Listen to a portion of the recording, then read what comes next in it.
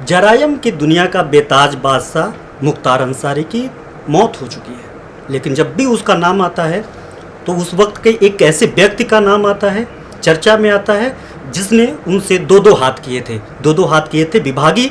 उस वक्त विभागी दो दो हाथ किए थे जब सरकार से लेकर के समाज तक उसके उंगली पर लोग नाचते थे। शैलेंद्र कुमार सिंह जो पूर्व डीएसपी रहे, एलएनजी के मामले में उन पे पोटा की कार्रवाई किया था, जिसके बाद उनको नौकरी से भी हाथ धोना पड़ा था। पूरे मामले में बात करेंगे और पूरे प्रकरण पे बात करेंगे, लेकिन सबसे पहले बात करेंगे कि जब मुख्तार अंसारी की मौत की सूचना आपको मिली तो सबसे पहले आपको क्या लगा? नहीं, सही बात है। कल जब मुझे सूचना मिली तो मैं भी इस चीज़ को नहीं मान रहा था कि इतनी जल्दी उसके कार्डियक अरेस्ट से डेथ हो जाएगी, लेकिन एक दिमाग में ही आया कि जो आपने किया है आज आपके सामने है। आपने बहुतों को मारा, बहुतों को सताया, बहुतों की धन संपत्ति छीनी, गलत तरीके से साम्राज्य बनाया अपना। आपने कितने लोगों को भय के वातावरण में जीने को मजबूर किया, और आज देखिए आप खुद कितना भय में आ गए थे। हाँ, एक और इस पे कहूँगा मैं कि ये माना जाता है कि सबसे ज़्यादा षड्यंत्र उसने जेल में रह करके की। जितने भी अपराध किए वो अपराध उसी जेल में षड्यंत्र रच करके किया था। अब जो आरोप उसके परिवार की तरफ से लग रहा है, उसने जो आरोप 19 तारीख के खाने को लेकर के लग रहा है, उसमें वो वही कह रहा है कि मेरे खिलाफ जेल में षड्यंत्र हो रहा है। पहले उस पे आरोप लगता था, अब वो वही आरोप लगा रहा है। वही मैं कह रहा हूँ ना, समय का चक्र घूमा। जिस भय का वातावरण आपने लोगों में दहशत पैदा की थी, वो दहशत आपके अंदर पैदा हो गई, और उसी दहशत में आपकी कार्डियक अरेस्ट से जान चली गई। अब जो इन लोगों ने, उनके घर वाले या मुख्तार जीवित रहते भी न्यायालय में बार बार कहता था मुझे धीमा जहर दिया जा रहा है या मुझे मेडिकल फैसिलिटीज़ नहीं प्रॉपर मिल रही है, तो वो तो एक माहौल बना रहा था उत्तर प्रदेश से बाहर शिफ्ट होने के लिए। उसकी प्लानिंग थी कि हम इस माहौल को इतना क्रिएट करें कि हाई कोर्ट सुप्रीम कोर्ट के थ्रू हम एक ऑर्डर करा लें और उत्तर प्रदेश से बाहर शिफ्ट हो जाएं दूसरे जेल में, ये दिखाने के लिए। लेकिन कहते हैं ना, ऊपर वाले के लाठी में आवाज़ नहीं होती है, तो यही कारण है कि पंजाब से वापस आना नहीं चाहता था। बिल्कुल यही कारण है, वो वापस नहीं आना चाहता था, और जो उसने भय का माहौल बनाया अंत में वही भय उसको समाप्त कर दिया। तो बात इतनी सी है कि आपके कर्म आपके सामने आ गए। ठीक है, ये वर्तमान हो गया। हम हिस्ट्री पे बात करेंगे कि आपकी एक तस्वीर वायरल होती है, वो तस्वीर मैं दिखाऊंगा कि फिर से ये तस्वीर पिछले 24 घंटे से सबसे ज़्यादा वायरल हो रहा है। ये वो तस्वीर है। मैं आपसे पूछना चाहूँगा कि ये तस्वीर कब की है, और जब भी मुख्तार अंसारी से जुड़ी हुई कोई मामला होता है, जब उनको सज़ा सुनाई जाती है, मुख्तार अंसारी से संबंधित जो भी हलचल होती है, तो ये तस्वीर काफ़ी ज़्यादा वायरल होती है। मैं जब रिज़ाइन किया तो उस समय मेरे पास मुकदमे कर गए। इस दौरान दो मुकदमे मेरे पास हुए। क्या आरोप लगा था उस मुकदमे में? एक था बनारस में डीएम के ऑफिस में घुस के तोड़फोड़ करने का, और एक लगा था उत्तर प्रदेश में सूचना आयोग में घुस के तोड़फोड़। तो ये बड़ा सिंपल होता है, सरकार समर्थित रहती है, कोई भी मुकदमा उनसे लिखवा दीजिए और आरोप लग जाता है आप पे, और पुलिस आपको अरेस्ट करती है। तो जब ये मुकदमा हुआ था तब आप रिजाइन कर चुके थे? हाँ, मैं वो रिज़ाइन कर दिया। उसके बाद मुझे प्रताड़ित करने के क्रम में ये सब हो रहे थे कि देखो अब हमसे पंगा लियो तो तुम्हें कितना सताया जाएगा। और जो आप तस्वीर दिखा के बता रहे हैं वायरल हो रही, इसी घर से पुलिस मुझे खींचते हुए ले गई। जिस थाने में मैं सिवाजगंज था उसी थाने लॉकअप में बंद किया गया। मेरी शर्ट देखिए आप किस तरह फटी हुई है, किस तरह खींचतान मचाई गई। यहाँ नीचे डीजी लेवल के लोग बैठ के निगरानी कर रहे थे कि ये अरेस्ट हो जाए, और जेल में उन अपराधियों के साथ डाला गया मुझे जिनको मैं पकड़ा था हीनियस क्राइम में, कि प्लानिंग थी कि उनके माध्यम से शैलेंद्र को यहाँ नुकसान पहुँचाया जाए, क्षति पहुँचाया जाए, ज़रूरत हो तो जान भी ले ली जाए। इतना कुछ झेला। तो अब हम बात करेंगे 2004 के जनवरी का ये मामला है। उस समय मुलायम सिंह यादव की सरकार हुआ करती थी। कहाँ से आपको इनपुट मिला कि आपको मुख्तार अंसारी के खिलाफ काम करना है या फिर उसके अपराधों के खिलाफ काम करना है? क्या कुछ हुआ, पूरे प्रकरण पे हमें बताइए। देखिए, उस समय आपसे बात करूं तो एक पूर्वांचल के सभी अपराधियों पे सर्विलांस लिया गया था, और खासकर मुख्तार और कृष्णानंद पर इसलिए लिया गया कि जनवरी 2004 की शुरुआत में लखनऊ में इन लोग में क्रॉस फायरिंग हुई थी कैंट थाना क्षेत्र में।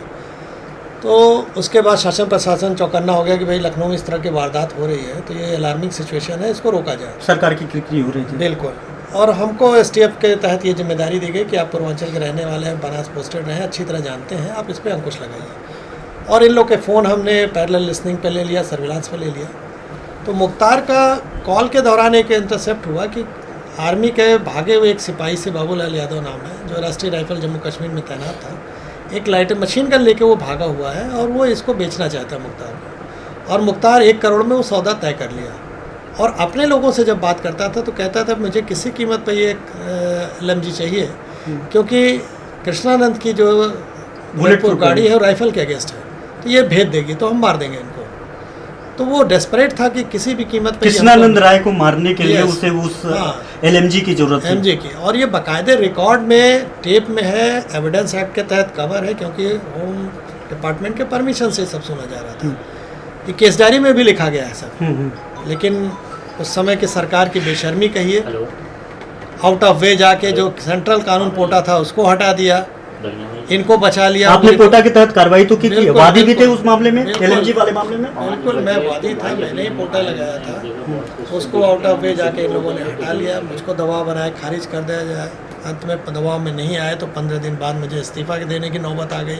इस्तीफा इतना आसान नहीं होता है शैलेंद्र जी, क्योंकि एक बच्चा होता है, फिर पढ़ाई करता है, कितना संघर्ष करता है, माँ बाप पढ़ाते हैं, एक दिन उसे स्टार मिलता है, वर्दी मिलती है, और महज एक प्रकरण होता है और आप रिजाइन कर देते हैं। इतना आसान तो 15 दिन इतना आसान तो नहीं रहा होगा। हुआ क्या था आपके साथ? नहीं, 15 दिन देखिए बहुत ही टफ गुजरा था वो 15 दिन, क्योंकि इन लोग जान गए थे ये तो झुकेगा नहीं। हमारे IG, DIG, SSP सबका ट्रांसफ़र हो गया, लेकिन मैं झुक नहीं रहा था। फिर मेरी टीम जो हमारे साथ ये सब गुड वर्क में लगी थी, जान पे खेल के उसको परेशान करना शुरू हुआ। तो अंत में मुझे लगा कि मेरी वजह से हाँ, एक सवाल और इसमें, परेशान कौन कर रहा था? मुख्तार अंसारी या आपके विभागीय लोग, सरकार? कौन परेशान आपको कौन कर रहा था उस वक्त? नहीं, उस समय मुख्तार अंसारी के कहने पे ही सरकार के लोग परेशान कर रहे थे, और मुख्तार अंसारी भी इनडायरेक्टली धमकी सबको दे रहा था अपने लोगों के माध्यम से। और कई बार तो इंटरसेप्ट भी हुई कि हम लोगों को वाकई थ्रेट था जान से मारने का। और लगातार परिस्थिति बनी थी कि हमारे नीचे के माता तब परेशान होने लगे थे, जो गुड वर्क समझ के काम किए थे, जान पे खेल के काम किए थे। मुझे लगा कि उनको लगा कि विभागीय इतना अच्छा काम करेंगे, हाँ। एक बड़े अपराधी को ट्रीट करेंगे तो हमारा एक नाम होगा, एक हम अच्छा काम कर लेंगे जिंदगी में। तो उन्हें तो आउट ऑफ टर्म प्रमोशन की उम्मीद थी, और उल्टा अब उनकी नौकरी पे आ गई। तो मैंने देखा मेरी वजह से ये प्रताड़ित हो रहे हैं, तो मुझे लगा कि मैं अब सब अपने ऊपर लेते हुए इस्तीफा दे दूं, जिससे कम से कम वो तो बच जाए। इस्तीफा में आपने क्या लिखा था? मैंने अपने इस्तीफा में साफ साफ लिखा, गवर्नर महोदय को भेजा था, उसमें लिखा मैंने कि वर्तमान सरकार माफियाओं के निर्देश पे काम कर रही है, ऐसी स्थिति में मेरे जैसे ईमानदार लोक सेवक का काम करना मुश्किल है, और मैं स्वेच्छा से त्यागपत्र देके बाहर जा रहा हूँ। और इसका लिखने का रीज़न यही था कि जनता जाने कि जिनको हम लोग चुन रहे हैं वो किस टाइप के लोग हैं, वो वहाँ जाके क्या निर्णय ले रहे हैं, किसके हित में ले रहे हैं, किसके साथ खड़े हैं। माफिया के साथ खड़े हो रहे हैं, चुना तो आपने अपने लिए है, खड़े किसके साथ हैं? तो ये सब मैंने एक्सपोज किया। निर्दल चुनाव भी 2004 में लड़ा। हाँ, उसके बाद 15 दिन बाद रिजाइन के बाद फिर क्या हुआ? फिर मैं निर्दल चुनाव भी बनारस में 2004 में था उस समय, और सभी पार्टी का टिकट ऑफर था समाजवादी छोड़ के, लेकिन मैं टिकट से नहीं लड़ा। केवल जनता से मैं यही कहने के लिए गया था कि देखो, जिनको तुम चुन रहे हो, लोकतंत्र में असली शक्ति तुम्हारे पास है, और तुम गलत आदमी को चुन रहे हो, तो तुम्हें इसको खारिज करना होगा। ये जो चुनाव लड़ने की मंशा आपके अंदर आई, वो एक माफिया के खिलाफ मैसेज देने के लिए आया, राजनीतिक महत्वाकांक्षा के जरिए आया, या फिर आपको लगा कि इस समय पेज 3 का फेस बन चुके हैं मुख्तार अंसारी के खिलाफ कार्रवाई करके, इसलिए आया? क्यों आया? देखिए, मैं जैसे लोगों ने उस समय कहा कि आप हार मान के चले गए छोड़ के, ये निशानी एक भागने वाले की है, रण क्षेत्र से भाग गए। तो मैंने मीडिया के सामने उस समय कहा था कि मैं भागा नहीं हूँ, मैं वापस उससे बड़े रण क्षेत्र में आ रहा हूँ जिसको पॉलिटिक्स आप लोग समझते हैं, लेकिन वहाँ भी और बड़ा चैलेंज ले रहा हूँ। चाहता तो मैं उस समय बीजेपी टिकट दे रही थी, सब लोग दे रहे थे, मैं लेके एक सांसद हो गया होता, आज 4 टर्म का सांसद होता मैं, लेकिन वो भी छोड़ा मैंने केवल जनता को ये दिखाने के लिए। इवन अपना क्षेत्र, चुनाव क्षेत्र जो हमारा चंदौली रहने वाला था, जहाँ ठाकुर वोट ज़्यादा थे अपनी बिरादरी के, वो भी छोड़ा मैंने और बनारस में आके लड़ा। और केवल जनता से ही मैंने कहा कि देखिए, चुनाव में अंतिम शक्ति आपके पास है, आप जब तक सुधारने की मंशा नहीं रखोगे ये सुधरेगा नहीं माहौल। ये शॉर्टकट में आपको आके 1000, 2000, 5000 दे के आपका वोट जो खरीद रहे हैं, ये आपका भविष्य नहीं है। लेकिन जो बीज उस समय बोया गया, मुझे खुशी इस बात की है, चुनाव तो मैं नहीं जीत सकता था, मैं जानता था नहीं जीतूंगा, मैं मुद्दा ले जाने के लिए लड़ा था, एक मैसेज कन्वे करने मैसेज करने के लिए, और वो मैंने अच्छे से मैसेज कन्वे किया।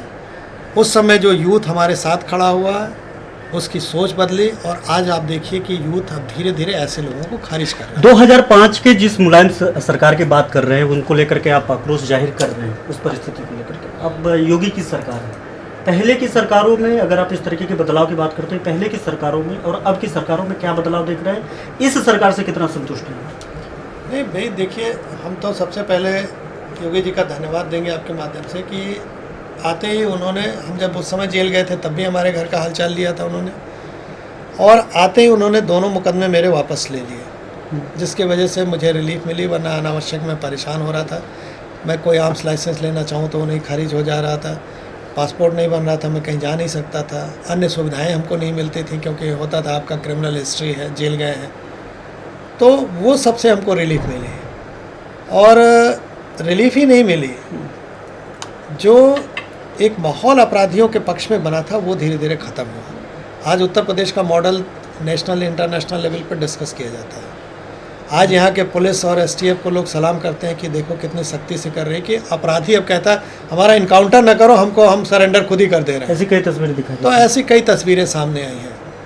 लेकिन यही पहले का समय था कि पुलिस डरी रहती थी, सहमी रहती थी, अपना काम नहीं कर पाती थी ईमानदारी से। हमारा उदाहरण दिया जाता था कि शैलेंद्र सिंह का हाल देखो क्या हुआ। लेकिन आज मैं कह सकता हूँ 20 साल ज़रूर लगा, ऊपर वाले के यहाँ देर है अंधेर नहीं है, वो समय बदला। अब ये लोगों को लगेगा कि नहीं, शैलेंद्र सही थे, मुख्तार गलत। एक टेक्निकल सवाल, लगातार कल से आवाज़ उठ रही है, कई विपक्षी जो दल हैं वो लोग सवाल उठा रहे हैं कि मुख्तार अंसारी को न्यायिक हिरासत में मारा गया है, एक प्रिजनर को जेल में उसकी हत्या की गई है, उस पर जो उसने आरोप लगाए उस पर कार्रवाई नहीं की गई। इसमें सीधे योगी सरकार से जोड़ करके दिखाया जा रहा है।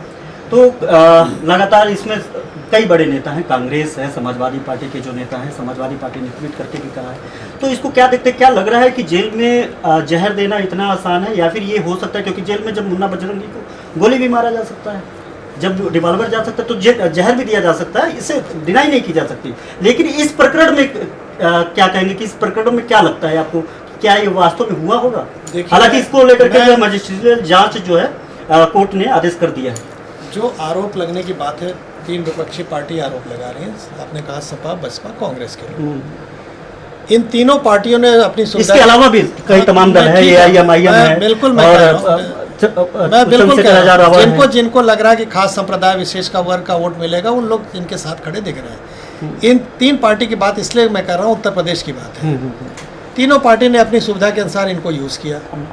यही पंजाब जेल में कांग्रेस की सरकार थी और मुख्तार अंसारी वहाँ ऐश कर रहा था, क्यों नहीं आ रहा था यहाँ? अलका राय ने तो स्वयं चिट्ठी लिखी थी ना प्रियंका गांधी को कि आप कहते हैं कि हम अच्छे से सरकार चलाएंगे, यूथ का भविष्य बनाएंगे, और आपके यहाँ मुख्तार जैसा आदमी बैठ के कर रहा है। क्या किया उन लोगों ने? पंजाब की सरकार उनकी जाके सुप्रीम कोर्ट में उसके फेवर में लड़ रही कि नहीं, इनको यहीं रहने दिया जाए, दामाद बना के रख रहे थे। तो इन तीनों पार्टियों का पॉलिटिकल चरित्र सामने जनता के है, इसीलिए जनता ने इनको खारिज भी कर दिया है। अब इनको सपोर्ट नहीं मिल रहा, लगातार ये चुनाव हारते जा रहे हैं। कृष्णानंद राय का परिवार, दूसरा उत्तर सुन लीजिए। परिवार के लोगों ने जो आरोप लगाया कि जेल में इनको धीमा जहर दिया जा रहा है, या प्रॉपर मेडिसिन नहीं दी गई, प्रॉपर मेडिकल फैसिलिटीज़ नहीं मिली, तो मेरा अपना अनुभव कहता है कि कोई भी जेल का अधिकारी, कर्मचारी या डॉक्टर अपनी सर्विस दांव पे लगा के ये काम नहीं करेगा। सरकार आती है, जाती है, कल को जांच होगी। सबको मालूम है कोई भी अननेचुरल डेथ होती है, वो भी पुलिस के हिरासत में या सरकारी तंत्र के कस्टडी में रहते हुए, तो उसकी मजिस्ट्रेट इंक्वायरी होती है, जुडिशियल इंक्वायरी होती है, कोई नई बात नहीं है, ये पहले भी होती रही है। और आज भी आप लोग के माध्यम से मालूम हुआ कि डिस्ट्रिक्ट जज उसकी जाँच करेंगे, 1 महीने में रिपोर्ट देंगे डीएम। तो ये एक ड्यू कोर्स है, ये सिस्टम का हिस्सा है। हम लोग पुलिस एनकाउंटर करते थे तो मजिस्ट्रियल इंक्वायरी होती थी, क्या हम अपराधी थे? लेकिन वो निष्पक्ष एक जांच होती है। न्यायालय सबूत पे चलता है, किसी के वहम पे नहीं चलता, किसी के आरोप प्रत्यारोप पे नहीं चलता है, वो सबूत मांगता है। तो अपने आप दूध का दूध, पानी का पानी 1 महीना में आ जाएगा, आपके सामने आ जाएगा। रही बात, जैसे आपने कहा कुछ उदाहरण है जेल में मार दिए गए, जेल में हर तरह के लोग हैं। आप देखते हैं बहुत से कैदी ऐसे हैं या राजनीतिक रसूख वाले बिना जांच के जेल में चले जाते हैं जब सरकार उनको समर्थन दे। तो उस समय तमाम जैसे माफिया तंत्र मिले रहते हैं जेल में। आप बात करते हैं ना कि क्या क्या नहीं होता है, तो होता है अपना चले गए, दुश्मनी आपने इतनी पाल रखी, उसी में से कोई आपको मार देगा। गैंग का दूसरा गैंग गैंग होता का है। दूसरा, आपके ही तो राइवलरी वाले हैं, कितने लोग दुश्मनी पाली आपने सबसे, तो उसने मौका देखा आपको मारा, आपने मौका देखा उसको मारा। तो ये दोनों मर खपना आपके नेचर है, वो आपके दोनों का स्वभाव का, क्राइम का। एक दिन आप उसको मारोगे, एक दिन वो मारेगा। तो चलिए कोई नई बात नहीं है। आपके ज़िंदगी को दूसरा पड़ाव पिलाने वाला व्यक्ति अब इस दुनिया में नहीं है, आगे का क्या? राजनीति में किस्मत तो आजमाए हैं, और सर्वाइवल कैसे हुआ उसके बाद, नौकरी छोड़ने के बाद, और आगे क्या आपका?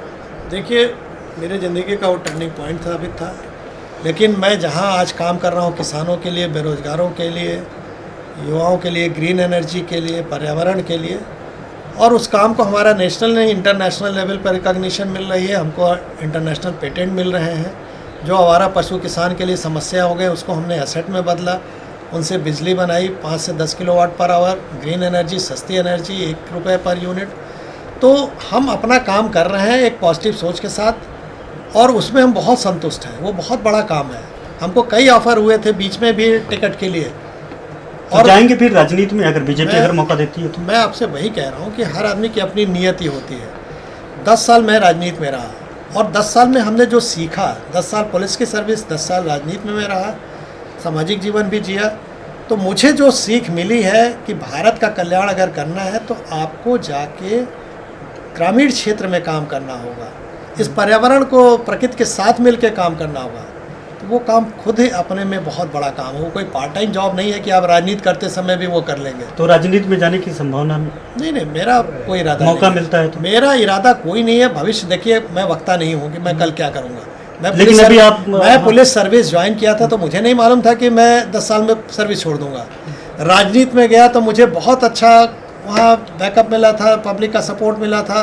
रोज़ मैं कई क्विंटल माला पहन के आता था, जलवा आता था, देखता था, लोगों कहते थे नहीं, बिल्कुल आपने लेकिन मैंने वो काम किया, वो लकीर खींची थी, लकीर खींची, आरटीआई पे काम किया, जो भी काम किया यूथ के लिए किया। जिस कांग्रेस को कोई पूछता नहीं था, 2009 में हमने गांव-गांव संगठन बना के 22 सीटें ला दी हैं। और जिसको राहुल गांधी ने मन से कहा कि चैलेंज ने वो कर के दिखाया। हम तो समझौते में 15 सीट पे जा रहे थे, इसने समझौता तोड़वाया सपा से और अकेले दम पे ला के दिखाया। तो वो सब हमने किया है। हमको नहीं मालूम था हम राजनीति छोड़ के फिर किसानों के बीच में काम करने लगेंगे। हमारी नियत नहीं थी, लेकिन नियत ने हमको आज यहाँ लाया, हम वहाँ खुश है। कल नियत कहीं और ले जाएगी, वो देखा जाएगा। हम तो जो प्रभु ने, प्रकृति ने काम दिया वो करेंगे। बहुत शुक्रिया बात करने के लिए। पूरे डीएसपी शैलेंद्र कुमार सिंह हमसे बात कर रहे थे, और 2005 के उस वक्त की बात कर रहे थे, और आज 2024 की भी बात कर रहे हैं, जब मुलायम सिंह यादव की सरकार थी, जब अब योगी की सरकार है। जिले टॉलरेंस को लेकर के काफ़ी खुश है। इनका मानना है कि जो पहले की परिस्थितियाँ थी उसको जो योगी सरकार जब से आई है वो इतना बदली है कि अब कम से कम अपने सर्विस से, अपने पुलिस महकमे से अब गर्व की अनुभूति होती है। मुख्तार अंसारी को लेकर के उन्होंने कहा कि जैसा उन्होंने बोया था उन्होंने वही उतना ही काटा है। कैमरामैन मुस्तफा अहमद के साथ घनश्याम चौरसिया, स्वराज एक्सप्रेस, लखनऊ।